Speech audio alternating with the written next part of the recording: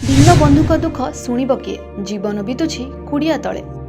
सरकार गरीब असहायक पई माळमाळ योजना प्रणयन करुथिले मध्य सरकारक योजना सबु एठी फेल मारिछि। दुई कोमलमती शिशुक भविष्यत अंधकार रे देखिबाकू मिलिछि। जो बयस रे पिला माने पाठ पढ़िबा कथा बुढ़ा बापा छुआ मानकु नै चालिबा कष्टकर होई पड़ुछि।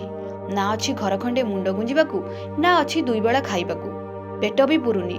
दुख भरा कहानी समस्या जेमिति एमानक पीछा छाड़ू नहीं। दुर्दिन रे कटुछि दीनबंधुक परिवार। सरकारक दृष्टि केबे पड़िबो?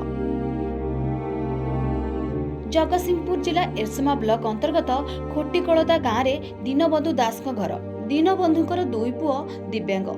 आज पर्यंत घर खंडे पाई प्रशासन और सरपंच को गुहारी करी करी मध्य निराश होई पड़िलेनी। तेबे सरकार एबेठु जदि दीनबंधुक परिवार कथा न शुणिबे तो किए अबा शुणिबो? दीनबंधु दास को परिवार को देखिले जना पड़ुछि आज भी सही भंगा चालिया घर साहा भरोसा। दीनबंधुक घर चारिपटे जंगल विषाक्त जंतु मानक भितरे जीवन बीतुछि।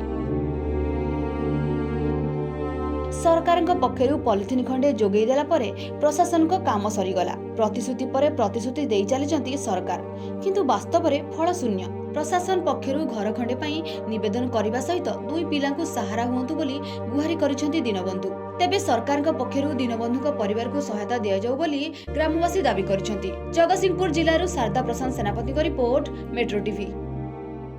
हेलो सीमा, तू प्लस टू पर कौन करिवु? BSc nursing. आउ तू? एमआरटी। तू? BSc optometry. तू कौन करिवु? BSc in medical laboratory technology. Riya तू? BSc in EMT. तू? BSc in anaesthesia technology. आउ तू? BSc in operation theatre technology. अच्छा रोजी, तू कौन पढ़िबु? मु तो बीपीटी पढ़िबी। अच्छा मैं कोठी पढ़िबा? Sai nursing and health science college.